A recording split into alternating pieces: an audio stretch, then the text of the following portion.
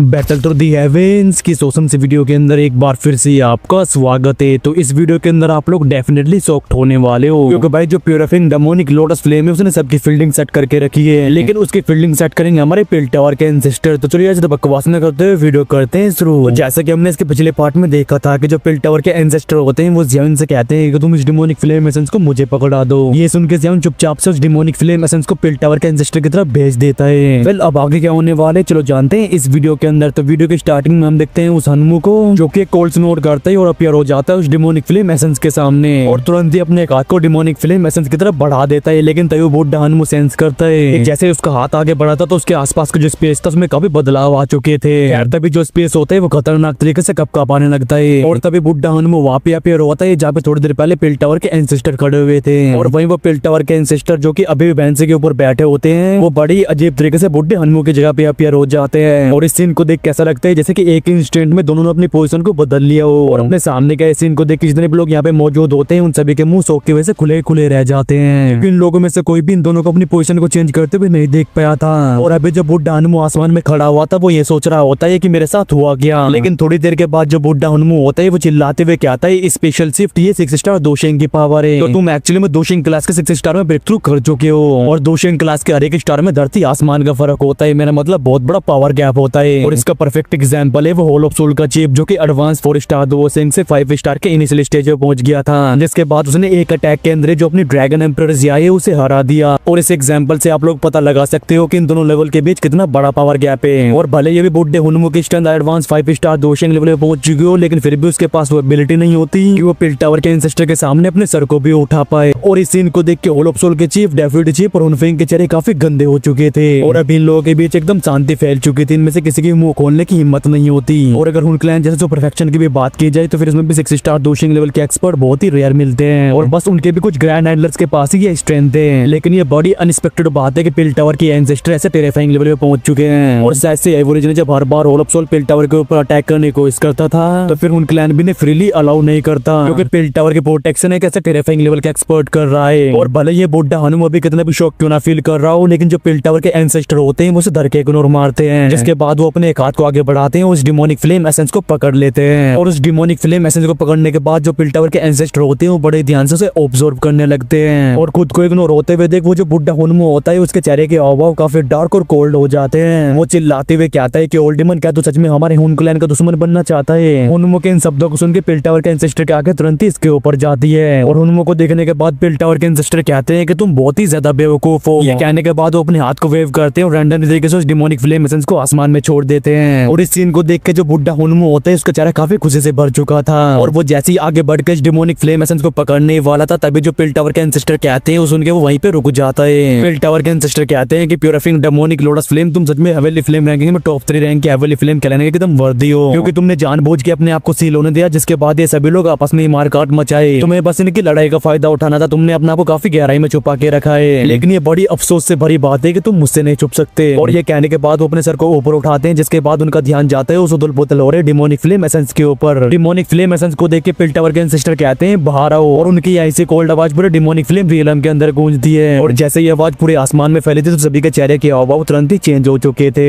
और अभी इन सभी को ऐसा महसूस हो रहा होता है जैसे कि इन सभी का दिमाग जल आ रहा हो। और वहीं अभी इन सभी के आगे टिकी हुई थी आसमान में चढ़ हो रहे डेमोनिक फ्लेम एसेंस के ऊपर। और उसे देखने के बाद इन सभी के दिमाग में सिर्फ एक ही बात आ रही होती है कि क्या सच में प्यूरिफिंग डेमोनिक लोटस फ्लेम ने अपने आप को जानबूझ के सील करवाया है। और अभी यान क्लैन का वो एल्डर हुआ है और बाकी के एल्डर जिन्होंने थोड़ी देर पहले कोऑपरेट किया था, मतलब साथ में काम किया था, इन सभी के चेहरे भी शौक से भर चुके थे, क्योंकि अगर सच में ऐसा हो जाता है तो फिर ये प्यूरिफिंग डेमोनिक लोटस फ्लेम और भी फ्राइटनिंग हो जाएगी और एक ऐसी हेवनली फ्लेम जो कि लोगों के खिलाफ अपनी खिचड़ी पका सके। ये इन जैसे एक्सपीरियंस लोगों ने भी पहली बार देखा है। और अभी जो यूनर और ज़ियाविन होते हैं वो दोनों भी एक दूसरे के मुंह को ताक रहे होते हैं और अभी इन दोनों के चेहरे भी हैरानी से भर चुके थे। यार तभी जो ज़ियाविन होता है वो नोट करते हैं और स्मॉल पिल टावर के एंसेस्टर के जैसे स्ट्रेंथ थे तो फिर ज़ियाविन के हिसाब से उनके मुंह से निकले हुए सब बिल्कुल भी गलत नहीं हो सकते। और अभी जो होल ऑफ सोल का चीफ होता है उसका चेहरा काफी गंदा हो चुका था। वो कोल्ड नोट करते हुए कहता है यही फालतू की बात है और भले ये प्यूरिफिंग डेमोनिक लोटस फ्लेम कितनी पावरफुल क्यों ना रही हो, लेकिन ये हमारी हुन क्लैन की टियानु सीलिंग डेमन फॉर्मेशन से नहीं बच सकती। ये सुन के बुड्ढे हनुमू की आंखें चमकने लगती है और वो लगातार उस डेमोनिक फ्लेम एसेंस को देखता रहता है, लेकिन वो कोई भी डाउट जाहिर नहीं करता क्योंकि वो और स्मॉल पिल टावर के एंसेस्टर कई बार मिल चुके हैं। और इसी वजह से बुड्ढे हनुमू को अच्छे से पता होता है कि जो स्मॉल पिल टावर का एंसेस्टर है वैसे बकवास नहीं करने वाला, लेकिन अब क्योंकि वो ऐसा बोल रहे हैं तो फिर वो अपनी बातों के ऊपर काफी कॉन्फिडेंट होंगे और भले ये भी सभी की आंखें डाउट से भरी हो, लेकिन जो पिल टावर के एंसेस्टर होते हैं वो किसी को भी कोई जवाब नहीं देते और वो बस खड़े हुए शांति से उस ब्लैक लाइट प्लेयर को देखते रहते हैं। और जब काफी टाइम तक भी वो डिमोनिक फ्लेम एसेंस कोई भी रिएक्ट नहीं करता तो जो पिल टावर के एंसेस्टर होते हैं वो कहते हैं कि क्योंकि तुम बाहर नहीं आना चाहते हो तो मुझे तुम्हें फोर्सफुली बाहर लाना पड़ेगा। और इतना कहने के बाद जो पिल टावर के एंसेस्टर थे वो अपनी एक चुटकी बजाते हैं। चुटकी बजाते ही उनकी फिंगर में से एक ब्लैक लाइट शूट होती है और भले ये ब्लैक लाइट काफी वीक लग रही हो, लेकिन ये जहाँ से भी गुजर रही होती है वहाँ का जो स्पेस होता है वो अपने आप ही क्लियर होता जा रहा था। और इस ब्लैक लाइट के ऐसी स्पीड को देख के जो देखने वाले लोग थे उनके मुंह खुले के खुले रह गए थे।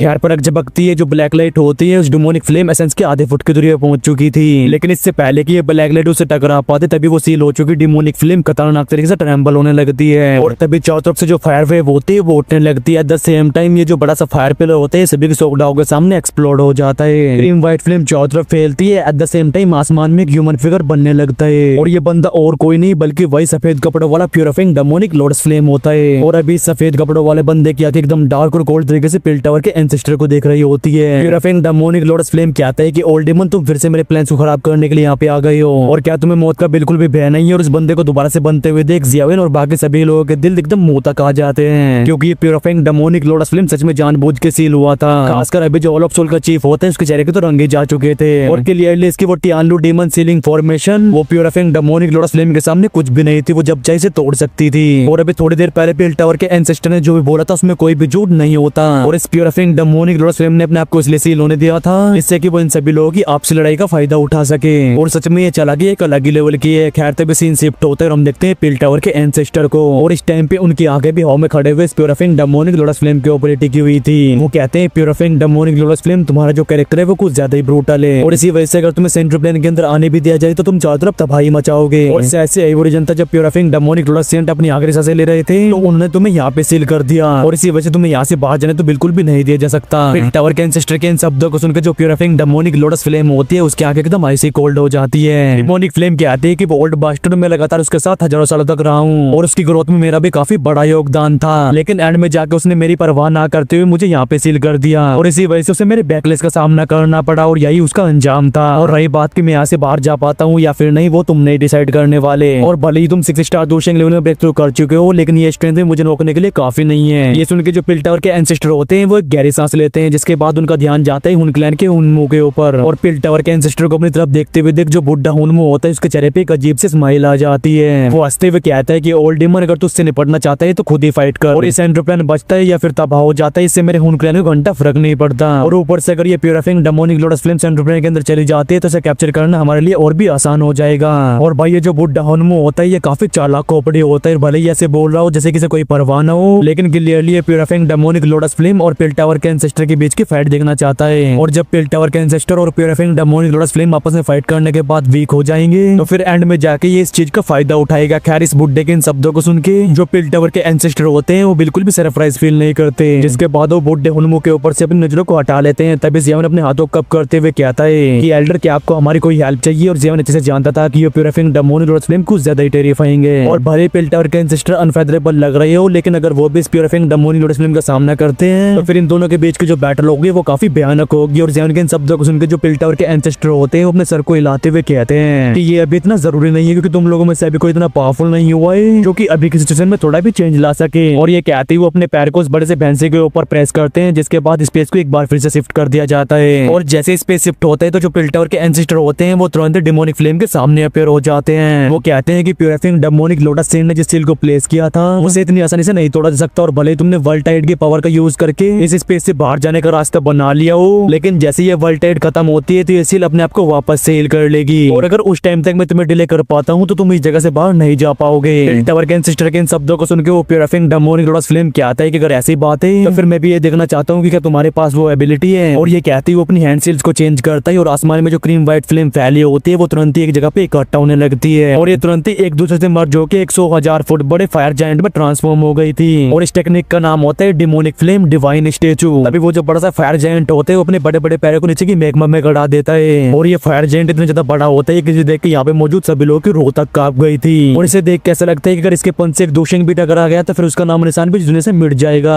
और अभी वो प्यूरिफाइंग डेमोनिक लोटस फ्लेम उस डिवाइन स्टैचू के ऊपर खड़ा हुआ था और नीचे जो पिल टावर के एंसेस्टर रह गए थे वो उसे एक चींटी की तरह दिखाई दे रहे थे। डिमोनिक फ्लेम कहता है कि ओल्ड गोस्ट अब तेरे मरने का टाइम आ चुका है और उसके एक आती वो जो बड़ा सा स्टैचू होता है वो अपने एक हाथ को ऊपर उठाता है और अपने साथ को वो जो बड़ा सा फायर जायंट होता है पिल टावर के एंसेस्टर के ऊपर दे मारता है। और जैसे ये बड़ा सा पंचाई की तरफ बढ़ता है तभी हम नीचे की मैग्मा को देखते हैं और अभी नीचे की 100 फुट की जो मैग्मा होती है वो स्पंज के चारों तरफ रोटेट हो रही होती है और ये सीन देखने में तो काफी ज्यादा भयानक होता है। और ऐसे डिस्ट्रक्टिव फोर्स से भरे पंच को देख के जो जियाविन की टोली होती है उन सभी के चेहरे के हाव चेंज हो जाते हैं और चाहे यहाँ पे बात हो रही हो एल्डर गुननाई की या फिर जिया की। और ऐसा इसलिए क्योंकि जो भी इस पंच से टकराएगा वो बिल्कुल भी नहीं बचने वाला। लेकिन जो अपने पिल टावर के एंसेस्टर होते हैं वो अपनी जगह से बिल्कुल भी नहीं हिलते, वो वहीं के वहीं खड़े रहते हैं और लगातार अपनी तरफ बढ़ रहे उस मेटेरियल जैसे पंच को देखते रहते हैं। और उस पंच को देखने के बाद वो अपने मुंह खोलते हैं, तुरंत उनके मुंह से गोल्डन लाइट इरप्ट होती है और ये जो गोल्डन लाइट होती है तुरंत ही आसमान में फैल जाती है और एक वॉल की तरह क्रिएट हो जाती है। और इसी टाइम पे वो जो बड़ा सा फायर का पंच होता है वो उस गोल्डन एनर्जी वॉल से टकरा जाता है और इन दोनों के टकराव की वजह से चारों तरफ एक फ्राइटनिंग लेवल की वेव फैलती है और सभी को 100,000 फुट बड़ा स्पेस क्रैक दिखाई देता है, जिसके बाद ये जो पूरा का पूरा स्पेस होता है इसके पर कच्चे उड़ जाते हैं। और इस टाइम पे पिल टावर के एंसेस्टर और डिमोनिक फ्लेम दोनों एक ब्लैक होल के अंदर खड़े हुए थे। अभी जो पिल टावर के एंसेस्टर थे वो अपनी एक उंगली को ऊपर उठाते हैं, एट द सेम टाइम उसके अंदर से खून की बूंद बाहर आती है और अगर ध्यान से गहरे हरे रंग की खून की बूंद को देखा जाए तो फिर इसके अंदर एक गोल्डन लस्टर भी होता है। और अभी पिल टावर के एंसेस्टर जिस टेक्निक का यूज कर रहे होते हैं उसका नाम होता है पिल मर्जिंग स्काई। और जैसे ही हरे रंग के खून की बूंद पिल टावर के एंसेस्टर की बॉडी से बाहर जाती है तो इसका टारगेट होता है वो डिवाइन स्टैचू। और ये खून की बूंद जैसे आगे बढ़ रही थी तो ये मैग्नीफाई होती जा रही थी और पलक झपकते ये जो खून की बूंद होती है एक बहुत बड़ी हरे रंग की लाइट में ट्रांसफॉर्म हो जाती है और जहाँ से भी हरे रंग की लाइट गुजर रही होती है वहाँ पे खतरनाक लेवल की मेडिसिनल फ्रेग्रेंस फैल रही होती है। एंड में जाके जो हरी सी लाइट होती है खतरनाक तरीके से डिवाइन स्टैचू की छाती में जाके टकराती है और जैसे ही उसकी छाती में टकराती है तो वहाँ पे एक ऐसी ग्रीन लाइट फैलती है कि सभी की आंखों में हरा ही हरा हो जाता है। लेकिन जैसे सभी लोग की आंखें एकदम हरी हो जाती है तभी ये सभी लोग एकदम शोक से भर चुके थे क्योंकि सभी लोग देखते हैं कि वो जो डिमोनिक फ्लेम का डिवाइन स्टैचू था वो आधा पिघल चुका है और इस डिमोनिक फ्लेम डिवाइन स्टैचू का से मेल्ट होते हुए देख वो बुड्ढा हुनमू जो कि थोड़ी दूरी पे खड़ा होता है उसके चेहरे के हाव काफी गंभीर हो चुके थे। वो कहता है कि इस ओल्ड डेमन की जो एबिलिटी है वो और भी टेरिफाइंग होती जा रही है, यहाँ तक कि अभी ये प्यूरिफाइंग डेमोनिक लॉर्ड फ्लेम को भी मेल्ट कर पा रहा है। और इस डिमोनिक फ्लेम डिवाइन स्टैचू का जो डैमेज होते हुए देख वो जो प्यूरिफाइंग डेमोनिक लॉर्ड फ्लेम होता है वो एकदम गुस्से से पगला जाता है और इस दुनिया में कोई ना कोई चीज ऐसी होती है जो कि दूसरे को कॉम्प्लीमेंट कर सके और इसी तरह से दूसरी चीजों को तबाह करने की भी चीजें मौजूद है। और जैसे कि आप सभी लोगों को पता ही है कि जो पिल टावर के एंसेस्टर है उनकी एक्चुअल फॉर्म एक मेडिसिनल पिल है, तो फिर ये नॉर्मल सी बात है कि उन्हें इस डिमोनिक फ्लेम को देख के एकदम भयभीत हो जाना चाहिए था। लेकिन जैसे जैसे पिल टावर के एंसेस्टर की स्ट्रेंथ बढ़ी तो उनकी जो बॉडी है वो म्यूटेट होने लगी और इस म्यूटेशन की वजह से वो उन चीजों को भी सप्रेस कर पाते हैं जो कि हेवीली फ्लेम से बनी हुई है। इस टाइम पे यही सप्रेशन उस प्यूरिफाइंग डेमोनिक लॉर्ड फ्लेम के ऊपर भी काम कर रहा है। अभी आसमान में उस प्यूरिफाइंग डेमोनिक लॉर्ड फ्लेम के धारने की आवाज गूंजती है, वो चिल्लाते हुए कहता है कि आज जो भी मेरा रास्ता रोकेगा मैं उसे जिंदा ही रिफाइन कर डालूंगा और तुम्हारी एक्चुअल फॉर्म एक मेडिसिनल पिल है ना, तो चलो आज मैं भी देखता हूँ कि तुम्हें दोबारा से रिफाइन करने में तुम्हारा क्या बनता है। अबे डायलॉग तो बड़ा खतरनाक मारा है। खैर ये कहते के साथ ही वो जो प्यूरिफाइंग डेमोनिक लॉर्ड फ्लेम होता है वो आगे की तरफ शूट हो जाता है। एट द सेम टाइम चारों तरफ वो क्रीम व्हाइट फ्लेम फैलती है, उसे देख कैसे लगता है जैसे कि ये बहुत जल्दी पूरे डिमोनिक फ्लेम रियलम को ही कवर कर लेगी। और जब ये क्रीम व्हाइट फ्लेम इस डिमोनिक फ्लेम के चारों तरफ चली जाती है तभी सभी लोगों को कहीं गहरी गहरी आवाजें सुनाई देती है। प्यूरिफाइंग डेमोनिक लॉर्ड फ्लेम चिल्लाते हुए कहता है रिफाइनिंग स्काई एंशिएंट टेरे अपीयर। और जैसे ये आवाज सभी कोनों में जाते तो अपने सामने के सीन को देख के सभी लोग एकदम शौक में चले जाते हैं क्योंकि सभी लोग देखते हैं कि आसमान में 100,000 फुट का फायर अरे अपीयर हो रहा है। और जैसे ही आसमान में ये बड़ा सा फायर अरे अपीयर हुआ था तो नीचे का जो मैग्मा होता है वो एकदम उथल पुथल होने लगता है और सभी की शौक डाव के सामने एक बहुत बड़ी फायर फॉर्मेशन को बनाने लगा था।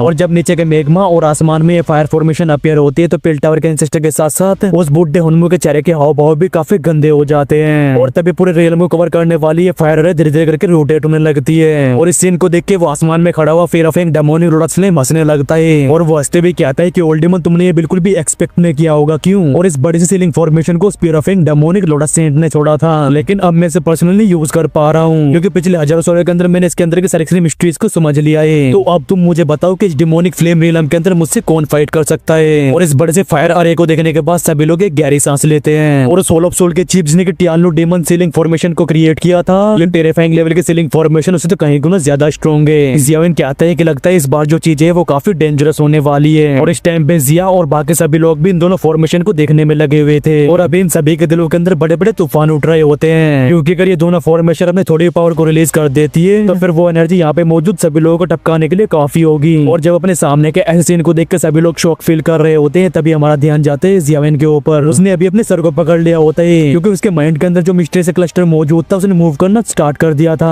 और ऐसी सेकंड की वजह से को ऐसा महसूस होता है जैसे कोई चीज जागने वाली है। वेल अब क्या चीज जागने वाली है वो तो हमें इसके नेक्स्ट पार्ट में पता चलेगा, यानी कि हमारा ये वाला जो पार्ट है यहीं पे खत्म होता है। और इसके नेक्स्ट पार्ट में जो अपना जियाविन है वो थोड़ा टाइम के लिए हाफ गोल्ड बनने वाला है और वो कैसे अगर वो जानना चाहते हो तो वीडियो करो लाइक, और अगर आप लोग चैनल पर नहीं आए हो तो चैनल को सब्सक्राइब करके बेल आइकन को प्रेस कर सकते हो। और हाँ, प्यारे प्यारे कमेंट्स भी करना मत भूलना। तो चलिए यार, इस वीडियो करते हैं यहीं पे एंड, और मैं मिलता हूँ आपसे नेक्स्ट वीडियो में। Till take care and bye bye and love you all guys. बोलो महादेव महादेव।